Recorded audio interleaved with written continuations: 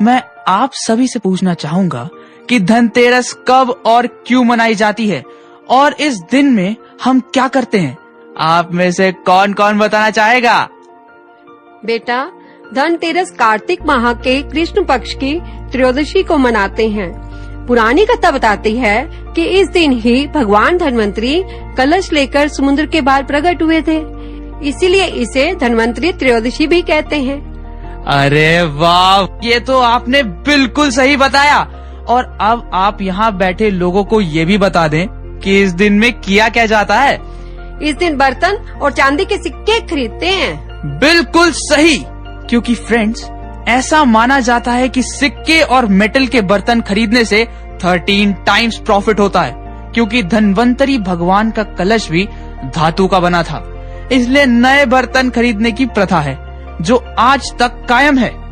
पर इसके साथ साथ इस दिन से रिलेटेड एक लोक कथा भी है, लेकिन उसे मैं आप सभी को बताने नहीं, दिखाने वाला हूँ। जी हाँ, अब शुरू होती है वो स्किट जिसका आप सभी को इंतजार था, कथा धनतेरस की।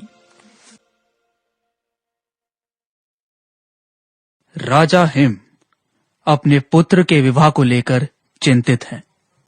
आपने जिस कुंडली को मेरे पास विश्लेषण के लिए भेजा था, उसके अनुसार राजकुमार की मृत्यु उनके विवाह के 4 दिन बाद ही सर्प के दंश से होनी निश्चित है महाराज। यह आप क्या कह रहे हैं पुरोहित जी? मेरे पुत्र की मृत्यु? क्या इसे विफल करने का कोई उपाय नहीं? नहीं महारानी, हम तो बस प्रभु से उसके प्राणों की रक्षा की प्रार्थना ही कर सकते हैं। महारानी, हम उसका विवाह कराएंगे और फल की चिंता ईश्वर पर ही छोड़ देते हैं।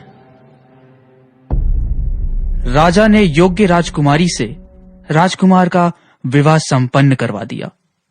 तो आइए यह देखते हैं कि क्या हुआ विवाह के चौथे दिन।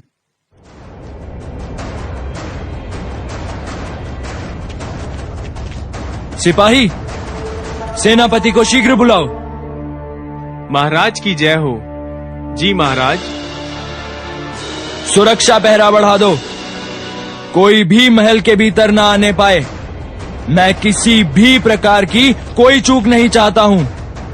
जो आज्ञा महाराज। अहो मेरा दुर्भाग्य, जिस दिन का डर था वह आ ही गया। आप चिंता न करें माँ, मैं आपके पुत्र व अपने स्वामी पर आज भी नहीं आने दूंगी। किस्मत का लिखा बस वह विधाता ही बदल सकता है पुत्री। अब तो उसी की आस है। मैं तो अपने प्रभु से ही पुत्र रक्षा की प्रार्थना करने जा रही हूँ। मैं संकल्प लेती हूँ, मैं इस निश्चित मृत्यु को विफल करके ही रहूंगी। रात्रि के समय राजकुमार के कक्ष के बाहर